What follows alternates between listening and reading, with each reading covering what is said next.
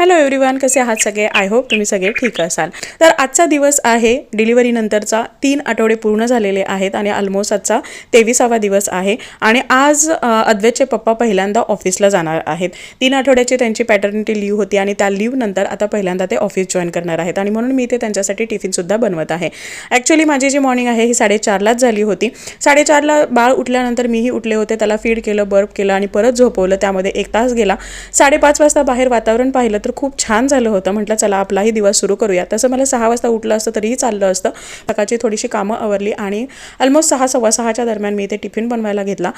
एका गॅसवरती डाळ कांदा बनवलेला आहे, चपाती आहे, एकीकडे चहासुद्धा ठेवलेला आहे. माझं ओव्याचं पाणीही मी बाकीचे कामं होईपर्यंत करून घेतलं होतं, जे मी आता थोडंसं काम करत मध्ये आधी पीत आहे. तुम्ही बऱ्याचदा मला विचारता की एवढ्या सगळ्या गोष्टी कशा मॅनेज होतात. तर बघा, टाईम मॅनेजमेंट असेल, तुमचा फोकस असेल आणि तुम्हाला त्या गोष्टीची आवड असेल आणि तुम्ही मेंटली प्रिपेअर असाल तर सगळ्या गोष्टी अगदी व्यवस्थित मॅनेज होतात. सगळ्या गोष्टी तुम्ही करू शकता. मी जेव्हा सेकंड बेबी प्लॅन करायचा विचार करत होते तर त्यावेळी मी मेंटली स्वतःला प्रिपेअर केलं होतं की या सगळ्या गोष्टी मला स्वतःला कराव्या लागणार आहेत आणि त्या करण्यासाठी मी जोपर्यंत फिजिकली आणि मेंटली तयार होत नाही तोपर्यंत मी सेकंड चान्स घेणार नाही. आणि जेव्हा मला असं वाटलं की मी आता या सगळ्या गोष्टी अद्वैतसोबत दुसऱ्या बाळालासुद्धा मॅनेज करू शकते तर त्यावेळी मी सेकंड चान्स घेतला. भले गॅप कितीही असू द्या, परंतु जोपर्यंत तुम्ही मेंटली या सगळ्या गोष्टीसाठी प्रिपेअर होत नाही तोपर्यंत सगळ्या गोष्टी तुम्हाला अवघड वाटायला लागतात. आणि तुम्ही आता पाहू शकता की किती स्मूथली मी या सगळ्या गोष्टी मॅनेज करते आहे. जरी तुम्हाला त्या व्हिडिओमध्ये अगदी सोप्या वाटत असल्या तरीसुद्धा त्यामागे खूप सारी मेहनत आहे, स्ट्रगल आहे आणि बऱ्याचशा गोष्टी कॉम्प्रोमाइजसुद्धा कराव्या लागतात. परंतु जेव्हा तुम्ही मेंटली प्रिपेअर असता तर त्यावेळी सगळ्या गोष्टी इझी वाटायला लागतात.